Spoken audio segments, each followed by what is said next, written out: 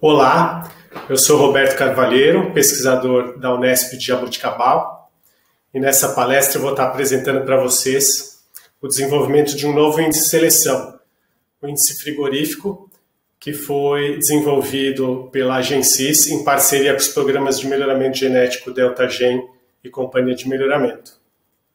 Os objetivos dessa palestra são explicar como o índice frigorífico foi desenvolvido, apresentar as respostas esperadas quanto à utilização desse índice e esclarecer algumas dúvidas mais frequentes.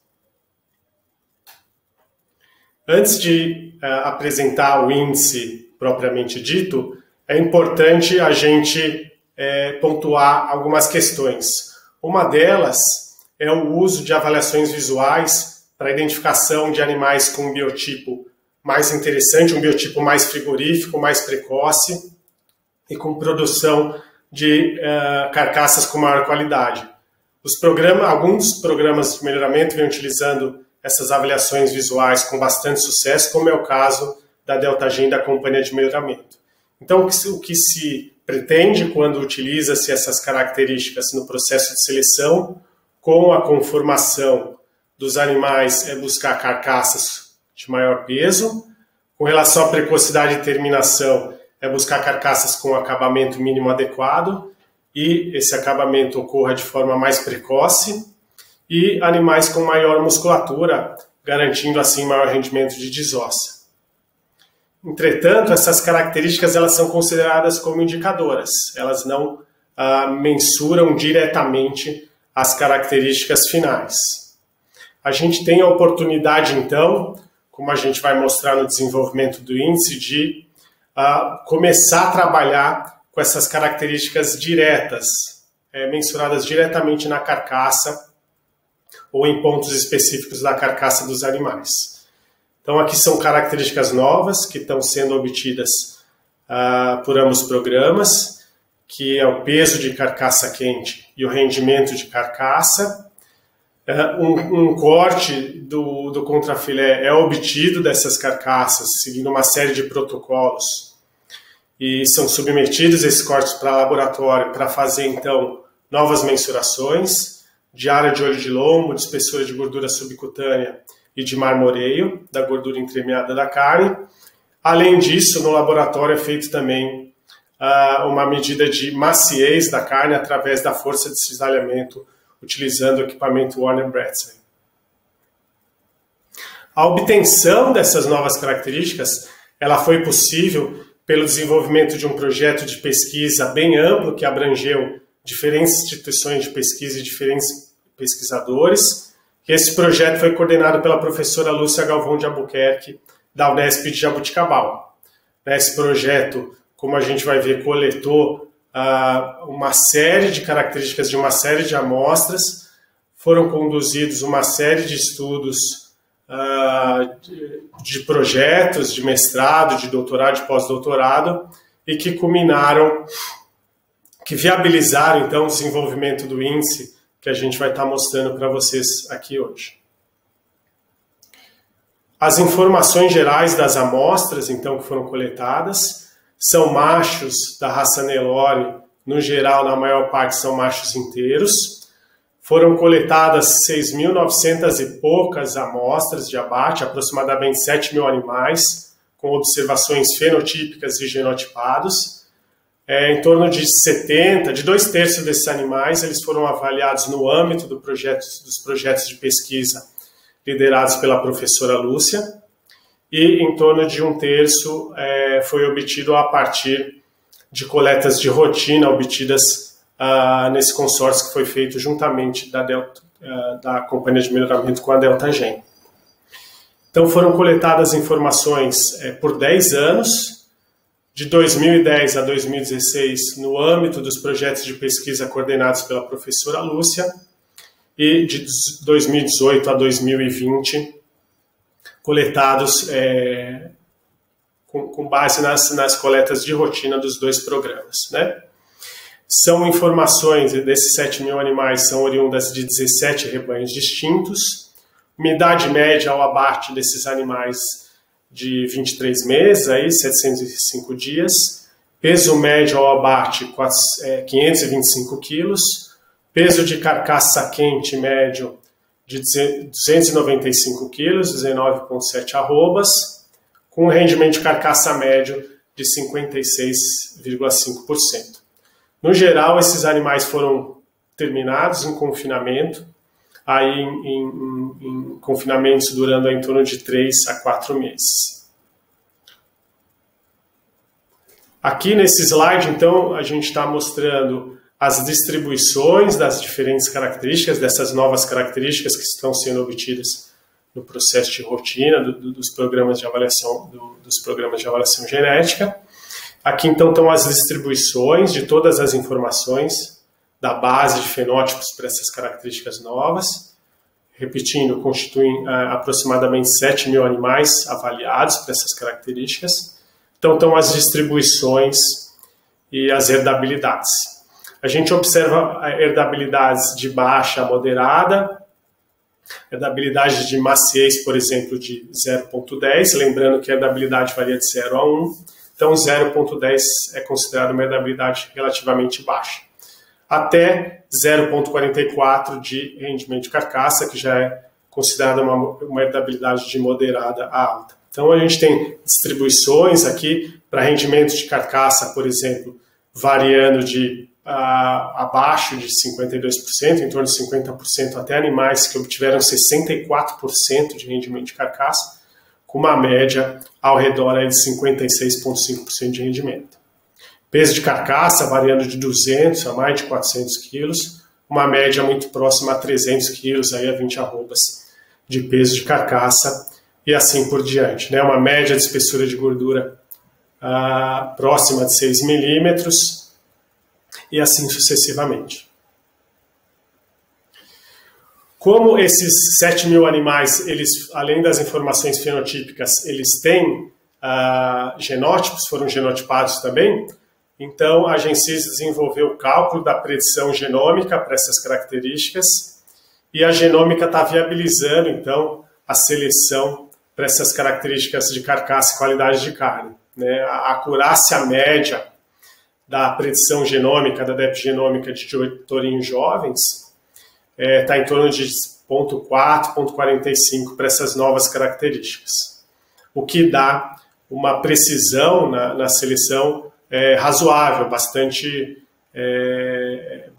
promissora. Obviamente, os programas vão continuar coletando mais informações para aumentar essa acurácia, mas antes da genômica, que a gente não tinha predição para essa característica, começar a selecionar com uma acurácia de 40%, 45%, 50%, a gente acredita que vai conseguir avançar geneticamente nessas características.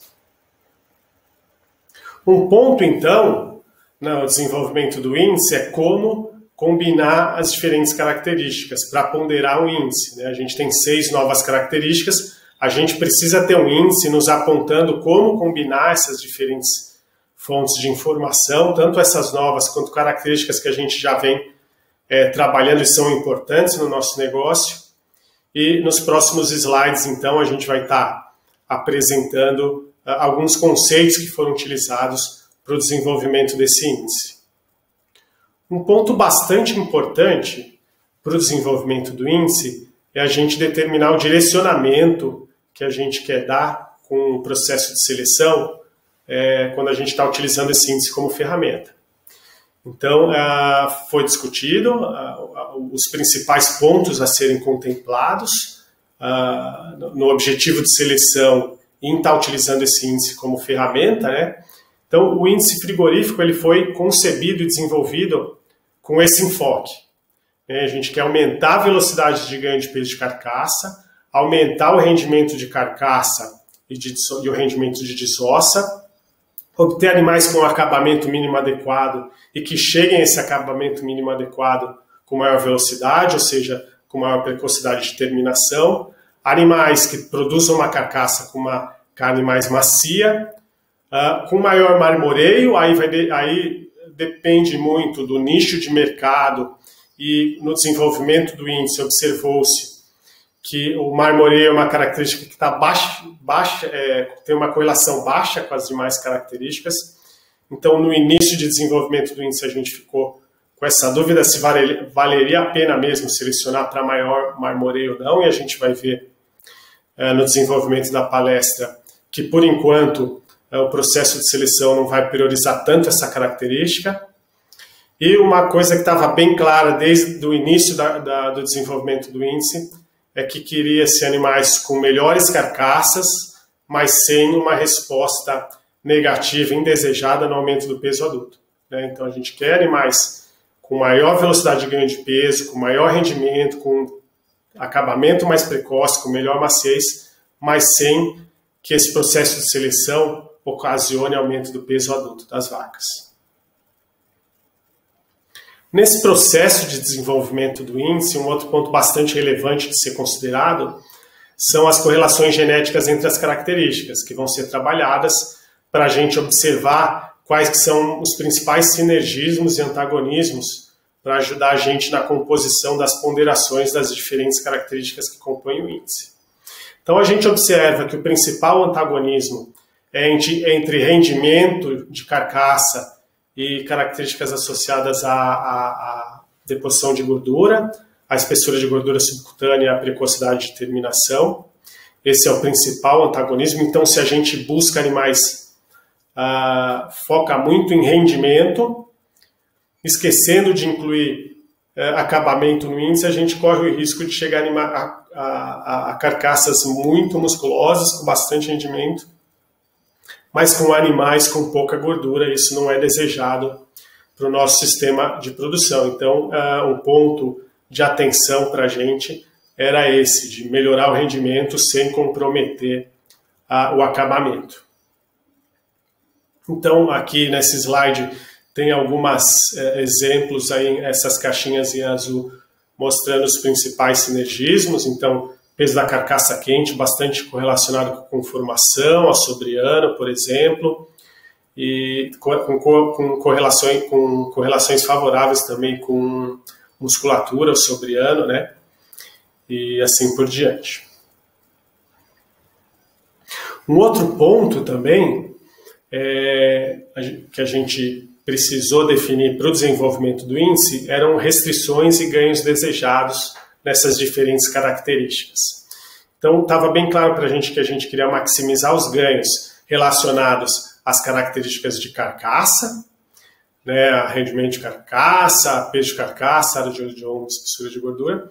A gente queria respostas favoráveis para maciez e marmoreio, embora essas no cenário atual essas não sejam as principais características, as características com maior relevância econômica.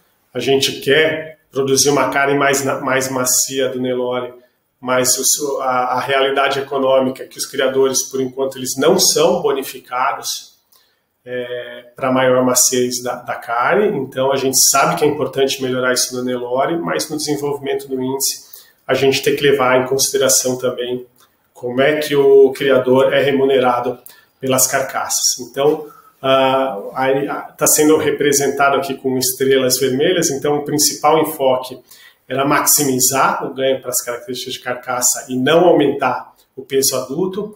O segundo maior enfoque era manter ganhos expressivos para características que são importantes para identificar animais adaptados ao sistema de produção a pasto e animais com biotipo precoce, com carcaças interessantes a pasto. E as principais características no nosso modelo de trabalho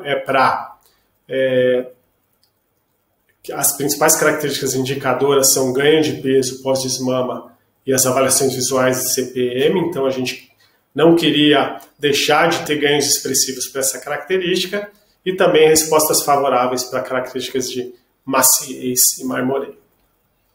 Aqui são alguns exemplos dos índices testados nesse processo de otimização. Uma vez criadas as funções a serem otimizadas, diferentes cenários foram testados e as respostas foram avaliadas com relação ao máximo que seria possível de obter de ganho para cada característica isolada, se a gente fosse utilizar uma seleção unicaracterística.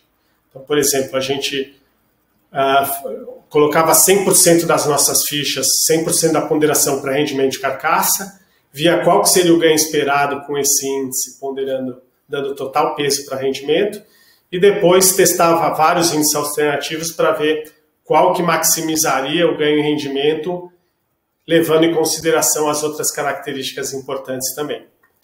Então, cada barra horizontal dessa representa um dos índices, um dos inúmeros índices que foram testados, centenas de índices foram testados no processo de otimização, e aqui estão expressos alguns desses índices. Então, as barras horizontais são esses diferentes índices, e esses segmentos coloridos representam as ponderações atribuídas para cada característica. O primeiro segmento, então, esse em azul, representa a ponderação para peixe carcaça quente, o segundo segmento laranja representa a ponderação atribuída no índice para área de olho de lombo e assim sucessivamente. A ponderação otimizada, que buscou maximizar o ganho para peixe carcaça quente, área de olho de lombo, rendimento e gordura, ter ganhos razoáveis para maciez e marmoreio, sem comprometer o ganho para ganho pós-desmama, o ganho genético, progresso genético para ganho pós-desmama, com formação, precocidade e musculatura, e ao mesmo tempo não correr o risco de aumentar muito o peso adulto das vacas, foi esse índice, o índice que otimizou todos esses critérios, foi esse índice representado à esquerda no slide, com essa ponderação otimizada, somando 100%, então 9% para peso de carcaça, 11% para área de olho de lombo, 21% para rendimento de carcaça e assim sucessivamente. E nas barras à direita, o ganho, a resposta à seleção esperada para as diferentes características. Então, apesar da gente atribuir um peso quase 2 vezes maior do rendimento do que para a espessura de gordura subcutânea, por exemplo, a gente vai ter uma resposta esperada para as duas características. Uma resposta em torno de 45% do máximo que seria possível, se a gente selecionasse só para rendimento, e uma resposta 42% do máximo possível para EGS. A gente pode interpretar essa figura da direita como um acelerômetro genético. A velocidade máxima seria 100%, essa velocidade máxima ela seria alcançada se a gente selecionasse só para característica isoladamente. A gente sabe que essa não é uma estratégia adequada, porque o animal não é só uma característica, tem várias características que impactam a rentabilidade da pecuária de corte. Então a gente tem que considerar diferentes características no índice. Infelizmente, a gente não pode andar a 100 por hora para todas elas, porque existem correlações, existem antagonismos, mas a gente procurou, como já foi comentado, maximizar as respostas para as diferentes características, e esse foi o índice otimizado que foi obtido. Então, a gente vai conseguir obter respostas acima de 60% do máximo possível para peixe de carcaça, para precocidade, terminação e para musculatura sobre-ano. Vai ter um ganho próximo a 60% do máximo possível para o ganho pós-desmama. Ganhos em torno de 35% a 45% para área de olho de lombo, rendimento, espessura de gordura de carcaça e conformação. E ganhos mais moderados para maciez e marmoreio. Como eu falei anteriormente, no futuro, se os pecuaristas forem mais remunerados por maciez, a gente pode acelerar mais nessa característica. Nos cenários testados, daqui a pouco a gente vai mostrar no próximo slide, se a gente acelerar muito mais para essas características de maciez e marmoreio, a gente compromete o progresso genético para as demais características em função da correlação genética que elas apresentam com as demais características. Um ponto bastante importante é com relação ao peso adulto de vaca, representado pelo PV, a gente conseguiu desenvolver um índice que otimiza a resposta à seleção para as diferentes características de carcaça e carne, sem ter grandes aumentos aí no peso final, no peso adulto de vaca. Esse ganho de 12% do máximo possível, ele representa um ganho no peso adulto de vaca ao redor de 1 quilo ao ano, que é um ganho bastante moderado. A gente consegue melhorar a a produção de carne, a produção da carcaça, sem uma resposta indesejável, praticamente sem uma resposta indesejável no peso adulto das vacas.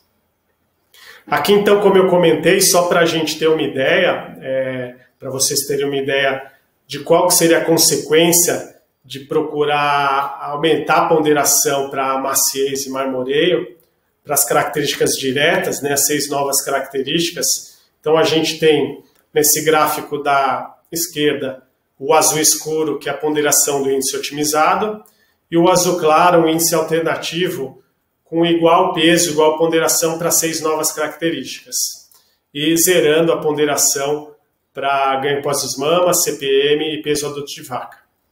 Qual que seria a consequência, então, de usar esse índice alternativo em comparação ao índice otimizado? A gente obteria maiores respostas para a área de olho de lombo, para maciez e para marmoreio, em detrimento de uma diminuição na resposta no progresso genético para a espessura de gordura, para o ganho pós-desmama, para a precocidade de musculatura, e uma resposta bastante indesejável no peso adulto de vaca, aumentando o peso adulto de vaca, né? Então, tudo isso foi levado em consideração na otimização do índice, e esse índice alternativo, representado por essas barras mais claras, ele identificaria animais superiores para maciez e para marmoreio, por exemplo, mas animais que tenderiam a ter um biotipo tardio, né, com baixa precocidade sobre ano, precocidade de terminação sobre ano, e animais que gerariam vacas com maior peso adulto, o que não é desejado para o nosso sistema de produção. Uma outra forma que ajuda a gente a enxergar qual que é a consequência de utilização do índice no processo de seleção, de escolha dos animais, a fazer parte da reprodução, é contrastar qual que é a média da DEP, das características de cada uma dessas 6 novas características, qual que é a média da DEP em função da decagem do índice frigorífico, né? Então, se a gente pega os 10% melhores animais para o índice frigorífico, a DECA1, e vê qual que é a média das DEPs, da diferença esperada na progênie, para cada uma das características, a gente vê que os touros DECA1 para o índice frigorífico, eles produziriam uma progênie em média 0,2% superior em relação ao touro médio para índice frigorífico. Superior em rendimento de carcaça, mais 3,9 quilos em relação ao peso de carcaça quente, e assim por diante, né? E para os animais top 1%, né, os 1% melhores para índice frigorífico, essa diferença, obviamente, ela se acentua, né? Então, se a gente fosse usar na seleção só os tourinhos top 1% para índice frigorífico, eles gerariam uma diferença esperada na progênie em comparação com o touro médio para índice frigorífico, uma progênie com 0,4% de superioridade de rendimento de carcaça, 5,3 kg de superioridade de peso de carcaça e assim sucessivamente. Um outro ponto interessante de ser observado é a associação dos índices desse índice frigorífico que foi desenvolvido com os índices utilizados atualmente para o processo de seleção dos programas da companhia e da DeltaGen, que são os índices para certificação dos animais, para emissão do SAPE, que são utilizados como índice principal para o processo de seleção. A gente vê que, embora não seja uma correlação próxima a 1, é uma correlação forte, uma correlação de 0,6, então eles estão correlacionados. O índice novo desenvolvido, o índice frigorífico, com os índices de seleção de ambos os programas, né? Então, no geral, os animais superiores para o índice frigorífico, eles tendem a ser superiores para o índice de seleção da companhia da DeltaGen. Obviamente, a correlação ela não é 1, porque o índice de seleção da companhia da DeltaGen, eles consideram outras características que não estão associadas à carcaça, à qualidade de carne, como idade ao primeiro parto, por exemplo, e outras características ao desmame que são contempladas nos índices desses 2 programas. Um outro ponto importante também, aqui no eixo X é o índice frigorífico, então um índice priorizando tourinhos que vão produzir melhores carcaças de uma forma mais eficiente, e no eixo Y, o retorno maternal. Tourinhos que vão produzir vacas com melhor habilidade materna, vacas mais precoces, vacas com peso adulto moderado. É interessante que ambos os índices têm objetivos completamente distintos, mas eles, de uma certa forma, são correlacionados, apresentam uma correlação genética de 0,5, e eu acredito que boa parte dessa correlação deve-se ao índice frigorífico ter sido desenvolvido buscando animais com um biotipo precoce, animais que não tenham o peso adulto elevado e que tenham uma alta velocidade de crescimento, uma precocidade de crescimento e uma precocidade de terminação. Animais de fato com biotipo precoce, que são, no geral, boas fêmeas também, né? Finalizando, então, algumas perguntas frequentes que surgiram no desenvolvimento desse índice, quando ele foi apresentado para diferentes pessoas que auxiliaram no desenvolvimento do índice. Então, por que foi atribuída uma alta ponderação para o rendimento de carcaça? A resposta para essa pergunta é que o rendimento de carcaça ele tem uma relevância econômica bastante grande no nosso sistema de produção e no nosso sistema de remuneração da carcaça.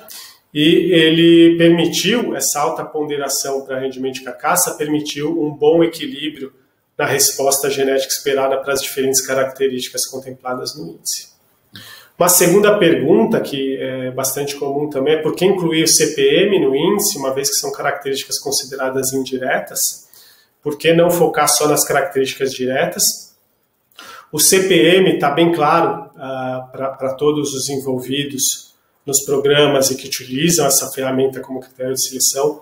Está bem claro que a gente não pode abrir mão dessa ferramenta, porque ela é uma ferramenta extremamente eficiente para identificar animais com biotipo mais precoce, animais com melhores carcaças a pasto e animais que são mais adaptados ao sistema de produção a pasto. Uma outra pergunta que é frequente também, por que apenas 1% da ponderação para a conformação sobre ano, né? Diferentes índices alternativos foram testados, aumentando um pouco a ponderação para a conformação, e a consequência é que ocorreria simultaneamente um aumento do peso adulto das vacas. Então a ponderação para a conformação ao sobre-ano ela foi baixa, para evitar essa resposta indesejada de aumento do peso adulto. Por que incluir precocidade de seleção, o score visual de precocidade de terminação, reforçando, então, para selecionar animais com biotipo precoce.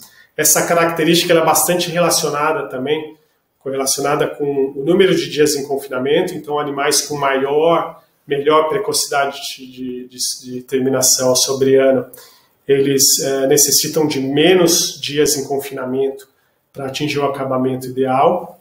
E também é uma característica bastante importante para assegurar o aumento de peso adulto das vacas.